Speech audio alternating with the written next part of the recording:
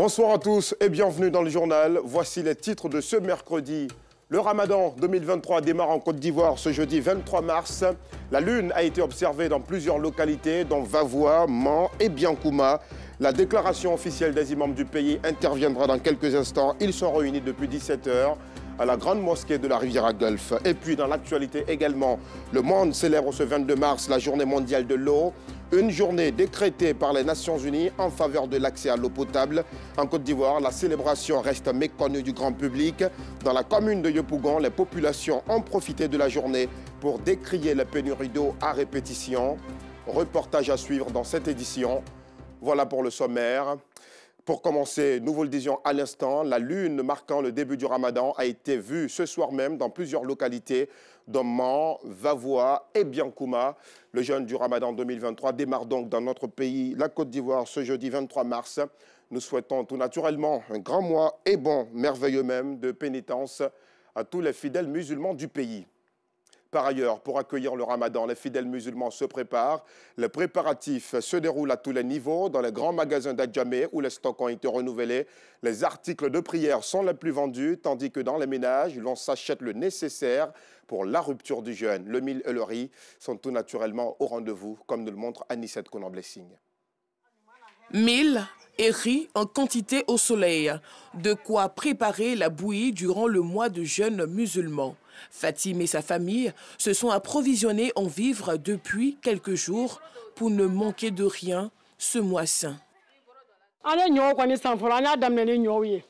On a commencé avec 2 sacs de mil et de riz. Pendant tout le mois de carême, c'est avec la bouillie qu'on rompt chaque soir avant de manger normalement. Ce sont des aliments indispensables pour nous. À la cuisine, c'est le grand ménage. Même les ustensiles de cuisine ont été renforcés, les réfrigérateurs nettoyés pour accueillir la provision déjà commandée. On a commandé poulet, poisson, il y a beaucoup de poissons, il y a soso dedans, il y a cap, il y a tout poisson dedans. Avec bon poulet, camé, tout ça là. Inch'Allah, on va mettre dans le frigo là. On va commencer à prendre pour faire carême là, Inch'Allah. Ce début du mois de jeûne prévu jeudi ou vendredi selon l'observation de la lune, personne ne veut se laisser surprendre. Au grand marché de la commune d'Adjamé, livres saints, nattes de prière, chapeaux s'arrachent comme de petits pains dans les magasins selon les préférences. Moi, je suis venu acheter là, c'est pour aller mettre dans la mosquée. Ils vont prier. La bénédiction, moi aussi, elle prend un peu, on rend un mois sacré. Je viens de renouveler mon tapis de prière pour préparer le mois béni de Ramadan qui arrive. L'autre est certes un peu vieux, donc j'aimerais avoir un nouveau tapis pour accueillir ce mois béni-là qui arrive. C'est le mois qui est béni tous les mois. Donc c'est pour cela, on paye les courants et puis on paye les livres, on s'en va lire dans la mosquée pour que Dieu n'a qu'à bénir notre... Dieu n'a qu'à nous bénir et pour qu'il pardonne tout notre péché qu'on a fait dans la vie. Les préparatifs du mois de jeûne musulman sont un moment propice pour les commerçants de se faire de l'argent. Ils ont renforcé leur stock de marchandises pour l'occasion. Si ce mois quand même la proche, on agite, il y a certaines marchandises, c'est comme le chapelet, tapis, avec les zamzam, il y a certaines décorations. On met ça dedans. Les gens viennent beaucoup pour payer ça. Si ce mois de quand même la proche, ils viennent payer, ça marche bien. Ali, commerçant, est venu du Sénégal les mains chargées d'articles. Tendance pour séduire les Ivoiriens. Nous avons envoyé beaucoup de chapeaux, de tapis et de chapelets de la Turquie, de Dubaï et tout, pour attirer de plus de clientèle en ce mois béni et tout. Chaque année, il y a des tendances. Vous voyez, cette année... le Ramadan, c'est un mois de paix et d'amour. Dans certaines boutiques, les dates sont à l'honneur. Mariam, une grossiste, est venue de la commune de Port-Boué pour s'approvisionner dans la commune d'Adjamé. C'est cher, on ne peut même pas payer. Avant le kilo c'était 750, mais aujourd'hui le kilo c'est à 1500 et puis ce qui est un peu mou là c'est à 2000. Donc essayer de revoir le prix, ça ne nous arrange pas. J'ai acheté pour 20 000, c'est pour revendre un peu. Voilà, à cause de moi des carèmes, les gens doivent mettre carême. Voilà, c'est à cause de ces ici, venir acheter Tamaro. En attendant l'observation du croissant lunaire, les fidèles musulmans se préparent chacun selon ses goûts et ses moyens pour débuter ce mois de pénitence un mois après le début du carême chrétien qui prendra fin le 8 avril prochain. Merci beaucoup, ma très chère Joël Gosset. Et pour rappel, la lune a déjà été observée dans plusieurs localités, dont Mans, Vavois et Biancouma. À l'occasion du Ramadan, ceux-ci sont énormément sollicités. On les appelle les Hafiz Qur'an, ces jeunes qui ont mémorisé la totalité du Coran, le livre saint de l'islam, révélé d'ailleurs durant le Ramadan et dont la lecture rapporte aux musulmans plusieurs bénédictions et dans les mosquées pour accomplir cet exercice lors de prières surérogatoires. Ces jeunes gens des écoles coraniques font montre d'un savoir-faire exceptionnel dans la lecture du Coran. C'est en même temps un business très juteux, vous allez le voir. Ils reçoivent des dons et sont payés pour le service rendu. Au commentaire de ce reportage, Clément Bocco.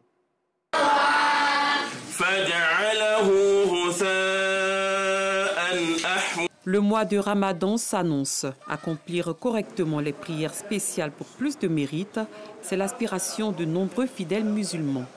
Les Hafiz Qur'an, entendez ceux qui ont mémorisé le Coran, sont sollicités aussi bien dans les mosquées que dans les ménages. L'imam Yahya Traoré, officiant dans une mosquée de la commune d'Abobo, établit chaque année un programme de prière avec des Hafiz Qur'an qu'il sollicite. Selon lui, leur implication est avantageuse. Hafiz, nous les sollicitons parce que c'est tout à fait normal. Eux qui sont déjà les Ahlul Qur'an, les hommes du Qur'an, on les sollicite pour venir faire des prières. Parce que pendant le mois de Ramadan, il y a des prières. Nous multiplions les prières. Et nous lisons le Coran dans son intégralité pendant la prière.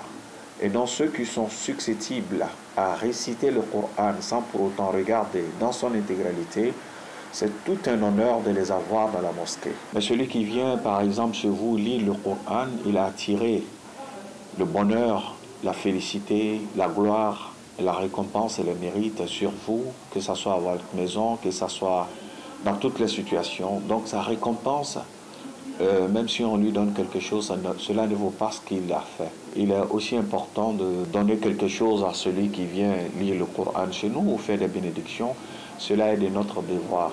Il y a un suivi. Ce suivi-là, c'est fait. Et ceux qui continuent à aller à l'école après cette période de Ramadan, on les sollicite dans d'autres mosquées pour qu'ils soient des imams. Abdallah Kamara, Hafiz Qur'an, assure comme d'habitude la formation religieuse des fidèles dans cette mosquée. Il nous livre les faveurs liées à sa prestation du mois. Chaque année, vraiment, dans le mois de Ramadan, nous sommes beaucoup sollicités en tant que Hafiz. Et cette année, d'ailleurs, nous avons été déjà sollicités dans la mosquée Fitia, ici. Et notre rôle, c'est de partager le Coran, c'est-à-dire du début du mois de Ramadan jusqu'à la fin, de manière à ce qu'on puisse, n'est-ce pas, terminer tout le Coran de façon intégrale dans les nuits de prière, de Tarawih, et les 10 dernières nuits de prière, Inch'Allah. Aucune récompense matérielle ici ne peut être à la valeur du Saint-Coran. Il y a les fidèles aussi, alors qui font l'effort de satisfaire, n'est-ce pas, ces lecteurs-là. Une fois dans ce centre de mémorisation du Coran, Abdul Karim, Hafiz Qur'an, nous donne une idée du suivi des élèves Hafiz sollicités après le mois de Ramadan. Celui qui nous demande un Hafiz, on lui donne un imam. Voilà, donc on les partage comme ça dans les mosquées. Quand ils vont dans les mosquées, ce qu'ils ont appris, les gens ils sont beaucoup satisfaits de leur lecture du Coran. Une occasion pour Ousmane Silla, enseignant Hafiz, de nous livrer le bonheur que lui procurent ses prestations au cours du Ramadan. Je fus un élève de cette école. Nous étions souvent sollicités dans les mosquées, dans les différentes mosquées, puisque notre cheikh, vraiment après avoir sollicité par des gens, voilà, donc il nous partageait dans les mosquées, les différentes mosquées. Voilà, tantôt tu fais 2 mosquées à la fois. Voilà, dans une nuit, voilà, tu peux aller faire 5 prières là-bas, ou 2 rakats là-bas, ou tu peux aller faire au moins 5 rakats là-bas. Les gens trouvaient que notre lecture était bien, on avait des bénéfices. Voilà, donc après la prière, on nous faisait des dons. Ils sont nombreux, ces enfants formés dans les centres de mémorisation du Coran pour devenir plus tard des prédicateurs ou des imams. Au commentaire de ce reportage, nous avions plutôt Maïssa Kogueï. Merci infiniment. Dans un tout autre chapitre, le 2 mars, comme nous vous le disions en titre, marque une date très importante dans la marche de l'humanité. Elle est la célébration mondiale de la journée de l'eau. L'eau, source de vie, qui est pourtant une denrée rare à Yopougon, dans le nord d'Abidjan. Malgré tous les efforts de l'État, plusieurs ménages restent privés de l'eau. À Ouassakara et à Solik 3, dans la même commune, cette pénurie est due au dysfonctionnement de certaines installations de la SODECI. Théodore Zouzou, Maïssa Kogueï. Yopougon, quartier Solik 3, 2 tons. Il est 14h30. Christelle Adengra, pâtissière, est heureuse de voir comme par enchantement de l'eau couler dans son robinet. De quoi faire sortir tous les pots disponibles. Ça fait au moins 30 minutes que l'eau est venue. Sinon, ça fait un mois qu'on n'a pas l'eau. On n'a pas l'eau. On s'en va puiser l'eau dans les autres quartiers pour venir travailler. Je suis heureuse, très heureuse même. Parce que ça nous fatigue. On est obligé d'acheter l'eau. Louer Trissi qui va venir prendre les bidons pour aller là-bas aussi. On achète de l'eau. Quand c'est comme ça nous fatigue. Aujourd'hui, par la grâce de Dieu, on ouvre, on voit qu'il y a un peu d'eau. Donc, on profite pour remplir tous nos bidons, pour faire une réserve. Ici, dans ce sous-quartier de Solik 3, voir de l'eau sortir du robinet avant 1h du matin n'est pas évident. Que nous sommes obligés de veiller à partir de 1h, 2h du matin jusqu'à au moins 5h. Mais pour quelqu'un aujourd'hui qui ne peut pas se réveiller, tu te réveilles le matin, tu n'as pas d'eau. Vraiment, on est fatigué. Une pénurie qui amène les femmes à douter de l'existence d'une journée mondiale de l'eau. On ne sait même pas si cette journée-là est la journée de l'eau potable. C'est pour les autres. Nous, on n'a pas. Même si c'est la journée mondiale, on aura nos barriques là sur notre dos. Parce que depuis des années, c'est que la nuit que l'eau vient. Maintenant, là, ça peut faire un mois, 2 semaines, 3 semaines. L'eau ne vient pas. Les gens passent des semaines sans avoir de l'eau. Donc, la journée mondiale de l'eau, là, ça n'a pas sa raison d'être, franchement, en Côte d'Ivoire, parce qu'il n'y a pas de l'eau. À Ouassakara, ces femmes viennent en ce lieu pour se procurer de l'eau pour les besoins de leur maison. L'eau n'est pas disponible dans toutes les cours. Nous, on a un problème de l'eau parce que chez nous, là-bas, il n'y a pas d'eau. On se déplace pour venir puiser l'eau ici. Depuis nous, on a déneigé ici, on puise l'eau à la WC publique. Ça vient d'une manière beige, en tout cas, ce n'est pas blanc. L'absence d'eau dans les robinets est un frein à la bonne marche de plusieurs activités. Sans l'eau, on ne peut pas vivre. Ça l'eau, on fait tout, donc nous, on ne peut pas travailler. La semaine dernière, comme ça, on a perdu des clients. Quand ils viennent, il n'y a pas l'eau. Elles s'en vont. Ici à Yopougon, par rapport à l'eau, c'est difficile parce qu'on peut arriver toute la journée ne pas avoir de l'eau et même se retourner à la maison. Quelquefois, c'est des bidons d'eau qu'on prend pour se promener un peu partout, mais encore là, c'est difficile. Si bien que les travaux n'avancent pas. Depuis près d'un mois, on aurait dû peut-être finir depuis très longtemps, mais compte tenu de l'eau qu'on n'arrive pas à avoir, nous traînons encore sur les chantiers. Plus de 2 milliards de personnes n'ont pas accès à l'eau potable dans le monde selon l'ONU. En Côte d'Ivoire, en dépit des investissements dans ce domaine, les pénuries d'eau sont de plus en plus fréquentes, notamment dans plusieurs quartiers de la commune de Yopougon. Elles sont nombreuses, ces femmes qui se battent jours et nuits pour soutenir leurs conjoints à subvenir aux charges quotidiennes de la maison. Nous sommes allés à la rencontre de Maï, Abby et Charlotte qui, après leurs tâches ménagères, exercent des AGR, des activités génératrices de revenus, afin de donner un coup de pouce à leurs époux. Reportage. À Djamé, Williamsville-Makassi. Maï, la vingtaine révolue, est mariée depuis 2019. Elle est mère de 2 enfants. Tous les matins, à son réveil, elle fait ses tâches ménagères avant de se rendre au grand marché d'Adjamé où elle vend de la sucrerie et de l'eau glacée. Si je me réveille, je fais mes petits travaux et je lave les enfants. Je m'apprête à 6h et 7h pour aller au marché pour aller vendre. Ça rapporte un peu, il n'y a pas beaucoup de bénéfices là, mais c'est bon. Une fois au marché, Maï commence à placer ses marchandises. Elle se promène ensuite dans les différentes gares de la commune. Ses clients viennent de partout. Après la vente, elle retourne aux environs de 16h à la maison pour préparer le repas du soir. Courageuse et battante, Maï fait ce commerce pour être financièrement indépendante et donner un coup de main à son époux. Je suis allée vendre aujourd'hui, il y a 8000 mains. Le marché était un peu bizarre, mais ça va. C'est déplacer les enfants pour aller au marché, pour se promener, tout ça là. Je n'ai pas d'accord pour ça, mais on ne peut pas s'asseoir comme ça. Une femme aussi, tu as besoin de payer les choses pour toi aussi. Toujours dans la commune d'Adjamé, comme Maï, Abi Touré est mariée depuis 10 ans. Son quotidien, prendre soin de ses enfants et de la maison. Après ses tâches ménagères, elle tricote de la laine. Cette mère a choisi de veiller sur ses enfants afin de leur donner une meilleure éducation. Mon mari ne veut pas, je ne vais pas partir vendre. Parce que les enfants, là, tout est parti au marché, là, sont promesses, ça, pour ça, je ne vends pas. Donc, j'ai fait crochet, là. Si j'ai fait, là, les gens viennent prendre, puis ça va vendre. L'argent, là, si j'ai fait, là, je peux payer ceci, puis je peux payer pain pour donner les enfants. À l'instar de Maï et d'Abi, dans la commune de Cocody, Charlotte Akessé vit dans son foyer depuis plus d'une dizaine d'années. Au quotidien, elle prend soin de ses 2 enfants avant de vaquer à ses occupations. Charlotte se bat chaque jour pour soutenir son conjoint qui a perdu son emploi il y a quelques années à la suite d'un accident de travail. Je fais mes petits tubes, j'attache ma glace et c'est dans la glace je vends. C'est ça que je prends pour aider mon mari. Puisque la situation de son travail, c'est pas ça. Donc c'est la glace que je prends pour l'aider un peu dans les tâches ménagères. Ça lui fait maintenant 6 ans qu'il ne va pas au travail, qu'il est à la maison. Mais comme Dieu est bon là, dans la grâce de Dieu, on s'assoit avec. Grâce à sa bravoure et sa détermination, Charlotte arrive à subvenir aux besoins de sa famille.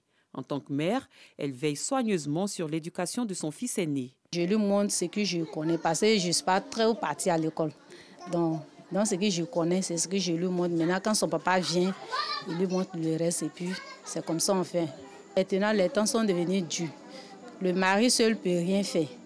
Donc, il faut aider ton mari. Malgré les difficultés de la vie de couple, ces femmes se battent jour et nuit pour le bien-être de leurs familles respectives. Elles invitent les autres femmes à suivre leur exemple. Rendons-nous à présent dans la région de Nzi, précisément à Dimbokro, où les feux de brousse commencent sérieusement à inquiéter la faune et la flore. La pluie ne tombe toujours pas et la culture des populations part en fumée. Le triste constat commenté par Clément Boko. Nous sommes au mois de mars, mais les pluies tardent à tomber sur le centre de la Côte d'Ivoire. À partir de la voie menant à Dimbokro, dans la région du Nzi, les parcelles brûlées par les feux de brousse s'étendent à perte de vue. Dans la lutte contre ces sinistres, les sapeurs-pompiers sont en première ligne. La responsable du centre de secours d'urgence basé à Dimbokro note une recrudescence des incendies malgré les nombreuses campagnes de sensibilisation. Le feu de brousse, c'est vraiment récurrent. La dernière fois même, nous sommes allés tout près ici à Kokokro. Il y avait un feu même qui menaçait le village. À peine les échanges entamés avec le lieutenant Kofine Dafoué que sonne la sirène des sapeurs-pompiers. Un feu de brousse est signalé dans le même village à quelques kilomètres de Dimbokro. Rapidement, l'équipe se met en route pour éteindre, sinon circonscrire ce feu qui s'est déclaré une seconde fois aux abords du village.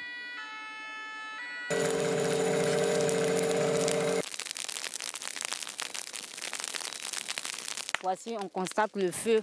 Encore, le constat est triste. Actuellement, nos agents sont à pied d'œuvre pour éteindre ce feu-là. Sur place, le président du comité villageois contre les feux de brousse témoigne. Moi, j'étais au village à midi, à 14h, on dit il y a feu. C'est ça qu'on a appelé, comment on dirait, au centre de secours pour venir intervenir. Qui peut bien être le pyromane? Le notable émet plusieurs hypothèses. Nous sommes dans une période où tout est sec. On ne peut pas savoir si ce sont les peuls qui sont en train de chercher et réhabiliter les coins pour faire manger les bœufs. Moi, ce que j'ai constaté, 2 fois j'ai appelé les agents des eaux et forêts. Il y a des jeunes qui viennent de la ville en grand nombre, et puis au moins à vingtaine, trentaine de chiens qui vont aussi chasser.